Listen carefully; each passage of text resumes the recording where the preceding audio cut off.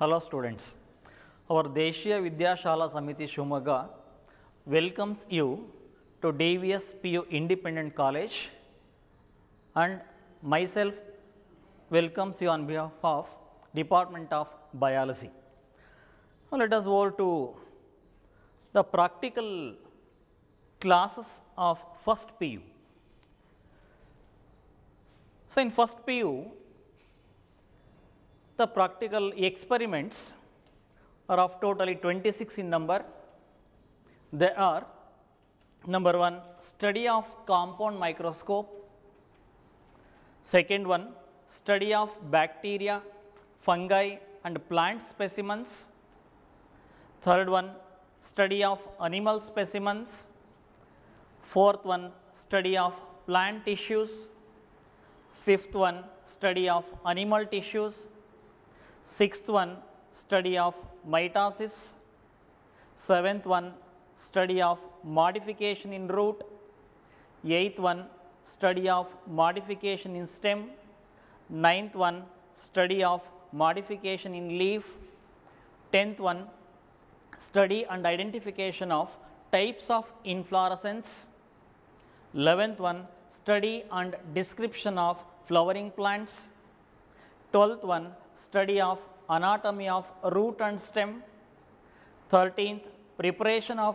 herbarium sheets; 14th, study of external morphology of animals; 15th, demonstration of osmosis by potato osmometer; 16th, study of plasmolysis in epidermal peel of Rio or onion leaf; 17th, study of distribution of stomata; 18th, demonstration of unequal transpiration; 19th, test for detection of carbohydrates; 20th, test for detection of proteins; 21st, test for detection of lipids; 22nd, separation of plant pigments by paper chromatography; 23rd, demonstrative experiments; 24th, study of enzyme activity of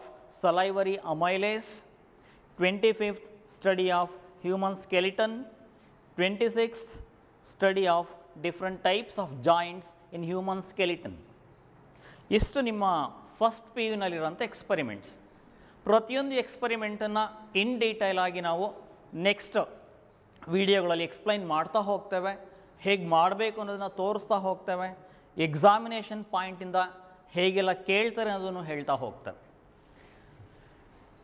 ಹಾಗೆ ಈ ಎಕ್ಸ್ಪರಿಮೆಂಟ್ಸನ್ನು practical ರೆಕಾರ್ಡ್ನಲ್ಲಿ ಹೇಗೆ ಬರೀಬೇಕು, ಆ ರೆಕಾರ್ಡನ್ನು ಹೇಗೆ maintain ಮಾಡಬೇಕು, how to write and maintain practical record. ಈಗ ನಮ್ಮ lab helper ರೆಕಾರ್ಡನ್ನು ತೋರಿಸ್ತಾರೆ. ನಾಗರಾಜ್ ಅಂತ ಹೇಳಿ, ನಾಗರಾಜ್ ಬಾಯ್ ನೋಡಿ. ಇದು ನಮ್ಮ DVS ಸಮಿತಿಯಿಂದ ಕೊಡ್ತಾ ಇರೋಂಥ ಬಯಾಲಜಿ ರೆಕಾರ್ಡ್ ಇದು. ಈ ರೆಕಾರ್ಡನ್ನು ನೀವು ಹೊರಗಡೆ ಪರ್ಚೇಸ್ ಮಾಡಬಹುದು, ಆದರೆ ನಮ್ಮದೇ ಆದಂಥ ಎಂಬ್ಲಮ್ ಇರೋ ಅಂಥ ರೆಕಾರ್ಡನ್ನು ನಾವು ಸಂಸ್ಥೆ ಒಳಗಡೆ ಕೊಡ್ತೇವೆ ನಾವು. ಈಗ ಇದರಲ್ಲಿ ಮೇಂಟೆನೆನ್ಸ್ ಪಾರ್ಟ್ಗೆ ಬಂದರೆ ಮೊದಲು ರ್ಯಾಪರ್ನ ಹಾಕಬೇಕಾಗುತ್ತೆ, ನೀವು ಲೇಬಲ್ನ ಹಾಕಬೇಕಾಗುತ್ತೆ ನಿಮ್ಮ ಹೆಸರಿರೋದನ್ನು. ನೆಕ್ಸ್ಟ್ ರೈಟಿಂಗ್ ಮೆಥಡ್ಗೆ ಬಂದರೆ ಇಲ್ಲಿ ಸರ್ಟಿಫಿಕೇಟ್, ನಿಮ್ಮ ನೇಮ್ಸನ್ನು ಎಂಟ್ರ್ ಮಾಡ್ತೀರಾ, ಇಲ್ಲಿ ಕಾಲೇಜ್ ನೇಮ್ನ ಎಂಟ್ರ್ ಮಾಡ್ತೀರಾ. ನೆಕ್ಸ್ಟ್ ಕಂಟೆಂಟ್ ಶೀಟ್ ಅಂತ ಇದೆ. ಈ ಕಂಟೆಂಟ್ ಶೀಟ್ನಲ್ಲಿ ಪ್ರಾಕ್ಟಿಕಲ್ ನಂಬರ್ನ ಹಾಕ್ತೀರಾ, ಯಾವ ಡೇಟಲ್ಲಿ ಮಾಡಿದ್ದೀವಿ ಅನ್ನೋದನ್ನು ಹಾಕ್ತೀರಾ, ಹಾಗೆ ಟೈಟ್ಲ್ ಆಫ್ ದ ಎಕ್ಸ್ಪರಿಮೆಂಟನ್ನು ಹಾಕ್ತೀರಾ, ಹಾಗೆ ಯಾವ ಪೇಜ್ನಲ್ಲಿ ಬರ್ದೀರಾ ಅಂಥೇಳಿ ಪೇಜ್ ನಂಬರ್ನ ಮೆನ್ಷನ್ ಮಾಡಬೇಕಾಗುತ್ತೆ. ಇದು ಕಂಟೆಂಟ್ ಶೀಟ್ ಇದು. ಸೊ ನೆಕ್ಸ್ಟ್ ಕಂಟೆಂಟ್ ಶೀಟನ್ನು ತೆಗೆದ್ರೆ ಇಲ್ಲಿ ಒಳಭಾಗದಲ್ಲಿ ಇದು ತಿನ್ ಶೀಟ್, ಇದು ತಿನ್ ಶೀಟ್ ಇದು, ಹಾಗೆ ಇದು ತಿಕ್ ಶೀಟ್ ಇದು. ನಿಮಗೆ ಮುಟ್ಟಿದಾಗ ಫೀಲ್ ಆಗುತ್ತೆ, ನೋಡಿದಾಗ ಫೀಲ್ ಆಗದಲ್ಲೇ ಇರ್ಬೋದು, ಮುಟ್ಟಿದಾಗ ಫೀಲ್ ಆಗುತ್ತೆ. ಒಂದು ತಿಕ್ ಶೀಟ್ ಇರುತ್ತೆ, ಇನ್ನೊಂದು ತಿನ್ ಶೀಟ್ ಇರುತ್ತೆ. ಈ ತಿಕ್ ಶೀಟಲ್ಲಿ ಡಯಾಗ್ರಾಮ್ನ ಬರಿಬೇಕಾಗುತ್ತೆ, ತಿನ್ ಶೀಟಲ್ಲಿ ಎಕ್ಸ್ಪ್ಲನೇಷನ್ನ ಬರಿಬೇಕಾಗುತ್ತೆ. ಈ ತಿಕ್ ಶೀಟ್ ಏನಿದೆ ನೋಡಿ ಈಗ ತಿಕ್ ಶೀಟ್ ಇದು, ಈ ತಿಕ್ ಶೀಟಲ್ಲಿ ಡಯಾಗ್ರಾಮ್ ಬರೆದಿದ್ದಾರೆ. ಹಾಗೆ ಈ ಕಡೆ ತಿನ್ ಶೀಟ್ ಇದೆ, ತಿನ್ ಶೀಟಲ್ಲಿ ಎಕ್ಸ್ಪ್ಲನೇಷನ್ ಬರೆದಿದ್ದಾರೆ. ಹಾಗೆ ಟರ್ನ್ ಮಾಡಿದ್ರೆ ಹೀಗೆ ಇದು ತಿಕ್ ಶೀಟ್, ತಿಕ್ ಶೀಟನ್ನು ಇನ್ನೊಂದು ಸೈಡ್ನಲ್ಲೂ ಸಹ ಡಯಾಗ್ರಾಮ್ನೇ ಬರಿಬೇಕಾಗುತ್ತೆ. ಹಾಗೆ ತಿನ್ ಶೀಟ್ನಲ್ಲಿ ಎಕ್ಸ್ಪ್ಲನೇಷನ್ ಪಾರ್ಟ್ ಬರುತ್ತೆ, ತಿನ್ ಶೀಟನ್ನು ಎರಡು ಕಡೆ ಎಕ್ಸ್ಪ್ಲನೇಷನ್ನೇ ಬರಿಬೇಕಾಗುತ್ತೆ. ಇದೇ ರೀತಿ ಥ್ರೂಔಟ್ ದ ರೆಕಾರ್ಡ್ ಮೇಂಟೈನ್ ಮಾಡ್ತಾ ಹೋಗ್ತೀರಾ. ತಿಕ್ ಶೀಟನ್ನು ಎರಡು ಕಡೆ ಡಯಾಗ್ರಾಮ್ಸ್, ತಿನ್ ಶೀಟನ್ನು ಎರಡು ಕಡೆ ಎಕ್ಸ್ಪ್ಲನೇಷನ್. ಡಯಾಗ್ರಾಮ್ ಯಾವ ತಿಕ್ ಶೀಟ್ನಲ್ಲಿ ಬರೆದಿದ್ದೀರಾ ಅದರ ಆಪೋಸಿಟ್ ಥಿನ್ ಶೀಟ್ನಲ್ಲಿ ಅದಕ್ಕೆ ಸಂಬಂಧಪಟ್ಟ ಎಕ್ಸ್ಪ್ಲನೇಷನ್ ಇರಬೇಕು. ಈ ರೀತಿ ಥ್ರೂಔಟ್ ದ ರೆಕಾರ್ಡ್ ನೀವು ಮೇಂಟೈನ್ ಮಾಡ್ತಾ ಹೋಗ್ತೀರಾ. ಈ ರೆಕಾರ್ಡ್ಗೂ ಸಹ ಪ್ರಾಕ್ಟಿಕಲ್ ಎಕ್ಸಾಮ್ನಲ್ಲಿ ಮಾರ್ಕ್ಸ್ ಇರುತ್ತೆ, ಹಾಗೆ ರೆಕಾರ್ಡನ್ನ ಕ್ಲೀನಾಗಿ ಮೇಂಟೈನ್ ಮಾಡ್ತಾ ಹೋಗಬೇಕಾಗತ್ತೆ. ಸೊ ನೆಕ್ಸ್ಟ್, ಪ್ರಾಕ್ಟಿಕಲ್ ಎಕ್ಸಾಮ್ನಲ್ಲಿ ಯಾವ ರೀತಿ ನಿಮಗೆ ಕ್ವಶನ್ ಪೇಪರ್ ಇರುತ್ತೆ, ಹೇಗೆ ಮಾಡಬೇಕು ಅಂತ ಹೇಳಿ. ಹಾಗೆ ಇಲ್ಲಿ ಕ್ವಶನ್ ಪೇಪರ್ಗೆ ಬಂದರೆ ಇಲ್ಲಿ ಫಸ್ಟ್ ಕ್ವಶನ್ಲಿ ಆಲ್ಟರ್ನೇಟ್ 3 ಕ್ವಶನ್ಸ್ ಬರುತ್ತೆ. ಈ ಆಲ್ಟರ್ನೇಟ್ 3 ಕ್ವಶನ್ಸ್ ಹೇಗೆ ಅಂತ ಹೇಳಿದ್ರೆ ಯಾರಿಗೆ ಯಾವ ಕ್ವಶನ್ ಬರುತ್ತೆ ಅಂತ ಹೇಳೋದಕ್ಕೆ ಆಗಲ್ಲ. ಇದು ಲಾಟ್ರಿ ಸಿಸ್ಟಮ್. ಆ ಲಾಟ್ರಿನಲ್ಲಿ ಯಾವ ಪ್ರಾಕ್ಟಿಕಲ್ನ ನೇಮ್ ಇರುತ್ತೆ ಆ ಪ್ರಾಕ್ಟಿಕಲ್ನ ನೀವು ಕಂಡಕ್ಟ್ ಮಾಡಬೇಕಾಗುತ್ತೆ, ಆ ಎಕ್ಸ್ಪೆರಿಮೆಂಟನ್ನು ಕಂಡಕ್ಟ್ ಮಾಡಬೇಕಾಗುತ್ತೆ. ಇಲ್ಲಿ ಮೊದಲನೇದು transfer section of given material ಅಂತ ಇರುತ್ತೆ. ಅದನ್ನು ಏನು ಮಾಡಬೇಕು, ಹೇಗೆ ಮಾಡಬೇಕು ಅನ್ನೋದ್ರ ಮುಂದೆ ಹೇಳ್ತಾ ಹೋಗ್ತಾರೆ. ಅದಕ್ಕೆ alternate demonstration of plasmolysis or conduction of plasmolysis ಮಾಡಬೇಕಾಗುತ್ತೆ. ಸೊ ಅದಕ್ಕೆ alternate temporary slide preparation of epidermal peel of the leaf showing stomatal apparatus. ಹಾಗೆ ಡ್ರಾಯಿಂಗ್ನ ಬರೀಬೇಕಾಗತ್ತೆ. ಇವುಗಳಲ್ಲಿ ಈ ರೀತಿ ಕ್ವಶನ್ ನಂಬರ್ 1 ಏನಿದೆ 5 ಮಾರ್ಕ್ಸ್ ಕ್ವಶನ್ ಆಗಿರುತ್ತೆ. 5 ಮಾರ್ಕ್ಸ್ ಕ್ವಶನ್ ಇದು.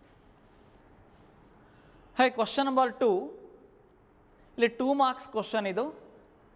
ಇಲ್ಲಿ ಒಂದು identify and assign the given plant B to the respective family with a minimum of 6 reasons. ಇದು ಟ್ಯಾಕ್ಸಾನಮಿ ರಿಲೇಟೆಡ್ ಕ್ವಶನ್ ಆಗಿದೆ. ಇದರಲ್ಲಿ 2 ಕ್ವಶನ್ಸ್ ಆಲ್ಟರ್ನೇಟ್ ಇರೋದು ಟ್ಯಾಕ್ಸಾನಮಿ ರಿಲೇಟೆಡ್. ಒಂದು ಕ್ವಶನಲ್ಲಿ ಕ್ಯಾರೆಕ್ಟರ್ಸ್ನ ಕೇಳಿರ್ತಾರೆ, ಅಥವಾ ಅದನ್ನು ಬಿಟ್ಟು ಬೇರೆ ಕ್ವಶನ್ ಕೇಳಿದ್ರಲ್ಲಿ ಫ್ಲೋರಲ್ ಫಾರ್ಮುಲಾ ಮತ್ತು ಫ್ಲೋರಲ್ ಡಯಾಗ್ರಾಮ್ನ ಕೇಳಿರ್ತಾರೆ. ಇದಕ್ಕೆ ನೀವು ಹೇಗೆ ಬರಿಬೇಕು, ಏನು ಬರಿಬೇಕು ಅನ್ನೋ ಮುಂದಿನ ವಿಡಿಯೋಗಳಲ್ಲಿ ನೋಡ್ತೀರಾ ನೀವು. C next, conduct a suitable biochemical test to detect the presence of dash in the given sample C. Biochemical test for starch, glucose, protein ಇವುಗಳಲ್ಲಿ ಯಾವುದಾದ್ರು ಒಂದನ್ನು ಕೇಳ್ತಾರೆ, ಒಂದನ್ನು ಕಂಡಕ್ಟ್ ಮಾಡಿ ತೋರಿಸ್ಬೇಕಾಗತ್ತೆ, ಪ್ರೊಸೀಜರ್ನ ಬರಿಬೇಕಾಗತ್ತೆ, ಅಬ್ಸರ್ವೇಷನ್, ಇನ್ಫರೆನ್ಸ್ ಎಲ್ಲ ಬರಿಬೇಕಾಗತ್ತೆ. So next 4th question, identify the experimental setup D and discuss the physiological principle involved in it. ಒಂದು experimental ಸೆಟಪ್ಸ್ಗಳಿರುತ್ತೆ, ಅದನ್ನು ಇಡ್ತಾರೆ. ಆ ಸೆಟಪ್ ಯಾವ ಎಕ್ಸ್ಪೆರಿಮೆಂಟನ್ನು ಎಕ್ಸ್ಪ್ಲೈನ್ ಮಾಡೋದಕ್ಕೆ ಇದೆ ಅಂದರೆ ಏಮ್ ಆಫ್ ದ ಎಕ್ಸ್ಪೆರಿಮೆಂಟನ್ನು ಬರಿಬೇಕಾಗತ್ತೆ. ಹಾಗೆ ಆ ಎಕ್ಸ್ಪೆರಿಮೆಂಟ್ನಲ್ಲಿ ಬರೋಂಥ ಪ್ರಿನ್ಸಿಪಲ್ನ ಎಕ್ಸ್ಪ್ಲೈನ್ ಮಾಡಬೇಕಾಗುತ್ತೆ. Then identify the given slide or specimen E giving 2 reasons. ಇಲ್ಲಿ ಸ್ಲೈಡ್ ಅಥವಾ ಸ್ಪೆಸಿಮನನ್ನು ಇಟ್ಟಿರ್ತಾರೆ. ಸ್ಲೈಡನ್ನು ಮೈಕ್ರೋಸ್ಕೋಪ್ನಲ್ಲಿ ಫೋಕಸ್ ಮಾಡಿರ್ತಾರೆ, ಅಥವಾ ಸ್ಪೆಸಿಮನ್ ಬಾಟಲ್ಸ್ ಅಥವಾ ಇನ್ ಎನಿ ಅದರ್ ಫಾರ್ಮ್ಸ್ ಇಟ್ಟಿರ್ತಾರೆ. ಅದನ್ನು ಐಡೆಂಟಿಫೈ ಮಾಡಬೇಕು. Giving 2 reasons. ರೀಸನ್ಸ್ ಅಂತ ಹೇಳಿದ್ರೆ ಅದರ ಸ್ಟ್ರಕ್ಚರ್, ಅದರ ಕ್ಯಾರೆಕ್ಟರ್ಸ್ನ ಬರೆದು ಹೇಳಬೇಕಾಗುತ್ತೆ. So next, identify the given slide or specimen F giving 2 reasons. ಇಲ್ಲಿ ಅನಿಮಲ್ ರಿಲೇಟೆಡ್ ಸ್ಲೈಡ್ ಅಥವಾ ಸ್ಪೆಸಿಮನ್ಸನ್ನು ಇಡ್ತಾರೆ. ಕಾರ್ಡೇಟ್ಸ್, ನಾನ್ ಕಾರ್ಡೇಟ್ಸ್ ಯಾವ್ದು ಬೇಕಾದ್ರೂ ಆಗಿರ್ಬೋದು. ಇಲ್ಲೂ ಸಹ ಗಿವಿಂಗ್ 2 ರೀಸನ್ಸ್ ಇದೆ. 2 ಪಾಯಿಂಟ್ಸ್ನ ಬರೀಬೇಕಾಗುತ್ತೆ. ಅವುಗಳ ಬಗ್ಗೆ 2 ಮಾರ್ಕ್ಸ್. ಇಷ್ಟಕ್ಕೆ 20 ಮಾರ್ಕ್ಸ್ ಕವರ್ ಆಗುತ್ತೆ. ಇನ್ನು ವೈವೋಸ್ 4 ಮಾರ್ಕ್ಸ್. ಇಲ್ಲಿ ಪ್ರತಿಯೊಬ್ಬ ಸ್ಟೂಡೆಂಟ್ಗೆ 4 ಕ್ವಶನ್ಸನ್ನು ಕೇಳ್ತವೆ ಎಕ್ಸಾಮ್ ಹಾಲ್ನಲ್ಲೇ. ಒಂದೊಂದು ಕ್ವಶನ್ ಒಂದೊಂದು ಮಾರ್ಕ್. ಕರೆಕ್ಟ್ ಆನ್ಸರ್ ಮಾಡಿದ್ರೆ 1 ಮಾರ್ಕ್ ಸಿಗ್ತಾ ಹೋಗುತ್ತೆ. 4 ಕ್ವಶನ್ಸನ್ನು ಕರೆಕ್ಟಾಗಿ ಆನ್ಸರ್ ಮಾಡಿದ್ರೆ 4 ಮಾರ್ಕ್ಸ್. ಆ ಕ್ವಶನ್ಸ್ ಯಾವುದು ಅಂತ ಹೇಳಿದ್ರೆ ಪ್ರಾಕ್ಟಿಕಲ್ ರಿಲೇಟೆಡ್ ಕ್ವಶನ್ಸೇ ಆಗಿರುತ್ತೆ. ಪ್ರಾಕ್ಟಿಕಲ್ ರಿಲೇಟೆಡ್ ಕ್ವಶನ್ಸೇ ಆಗಿರುತ್ತೆ. ಇಲ್ಲಿ ಸೆಟ್ ಆಫ್ ಕ್ವಶನ್ಸನ್ನು ಕೊಡ್ತೇವೆ. ಎಲ್ಲ ಪ್ರಾಕ್ಟಿಕಲ್ಸನ್ನು ಸೇರಿಸಿ ನಾವು ಇಂತಿಂಥ ಕ್ವಶನ್ಸ್ ಅಂತ ಹೇಳಿ ಸೆಟ್ ಆಫ್ ಕ್ವಶನ್ಸನ್ನು ಕೊಡ್ತೇವೆ. ಅಷ್ಟನ್ನ ರೆಡಿ ಆದರೆ ಸಾಕಾಗುತ್ತೆ. So last part practical record. ಈಗಾಗಲೇ ತೋರಿಸ್ದೆ ನಿಮಗೆ ಪ್ರಾಕ್ಟಿಕಲ್ ರೆಕಾರ್ಡ್ ಅಂತ ಹೇಳಿ. ಈ ರೆಕಾರ್ಡನ್ನ ಮೇಂಟೈನ್ ಮಾಡಬೇಕು, ಕ್ಲೀನಾಗಿ ಬರೀಬೇಕು ಅಂತೆಲ್ಲ ಹೇಳಿದೆ. ಅದಕ್ಕೋಸ್ಕರ 6 ಮಾರ್ಕ್ಸ್ ಇರುತ್ತೆ. ಬರೀಬೇಕು ಅಂತ ಹೇಳಿದಾಗ ಮತ್ತೊಮ್ಮೆ ಹೇಳ್ತಾ ಇದ್ದೀನಿ ನೋಡಿ, ಥಿಕ್ ಶೀಟಲ್ಲಿ ಡಯಾಗ್ರಾಮ್ನ ಬರೀಬೇಕು, ಥಿನ್ ಶೀಟಲ್ಲಿ ಡಿಸ್ಕ್ರಿಪ್ಷನನ್ನು ಬರೀಬೇಕು. ಈ ಥಿನ್ ಶೀಟ್ ಮತ್ತು ಥಿಕ್ ಶೀಟ್ ಎಲ್ಲೂ ಸಹ ನೀವು ಪೆನ್ನನ್ನು ಯೂಸ್ ಮಾಡಬಾರ್ದು, ಪೆನ್ಸಿಲ್ ಯೂಸ್ ಮಾಡಬೇಕು. ಪೆನ್ಸಿಲ್ ಯೂಸ್ ಮಾಡಬೇಕು, ಪೆನ್ಸಿಲ್ ಯೂಸ್ ಮಾಡಬೇಕು, ಪೆನ್ ಯೂಸ್ ಮಾಡಬಾರ್ದು. ಪೆನ್ನನ್ನು ನೀವು ಈ ಸರ್ಟಿಫಿಕೇಟನ್ನು ಫಿಲ್ ಮಾಡೋದಕ್ಕೆ ಯೂಸ್ ಮಾಡಿ. ಹಾಗೆ ಕಂಟೆಂಟ್ ಶೀಟನ್ನು ಫಿಲ್ ಮಾಡೋದಕ್ಕೆ ಪೆನ್ ಆರ್ ಪೆನ್ಸಿಲ್ ಯಾವ್ದು ಬೇಕಾದ್ರೂ ಯೂಸ್ ಮಾಡ್ಬೋದು. First pen, next pen or pencil, next only pencil, only pencil, only pencil. Okay, ಗೊತ್ತಾಗಿದೆ ಅಂದ್ಕೊಂಡಿದ್ದೇನೆ. ಮತ್ತೊಮ್ಮೆ ನಿಮ್ಮನ್ನು ನಾವು ಕಾಲೇಜ್ನಲ್ಲಿ ಭೇಟಿಯಾಗೋಣ. Thank you my dear children.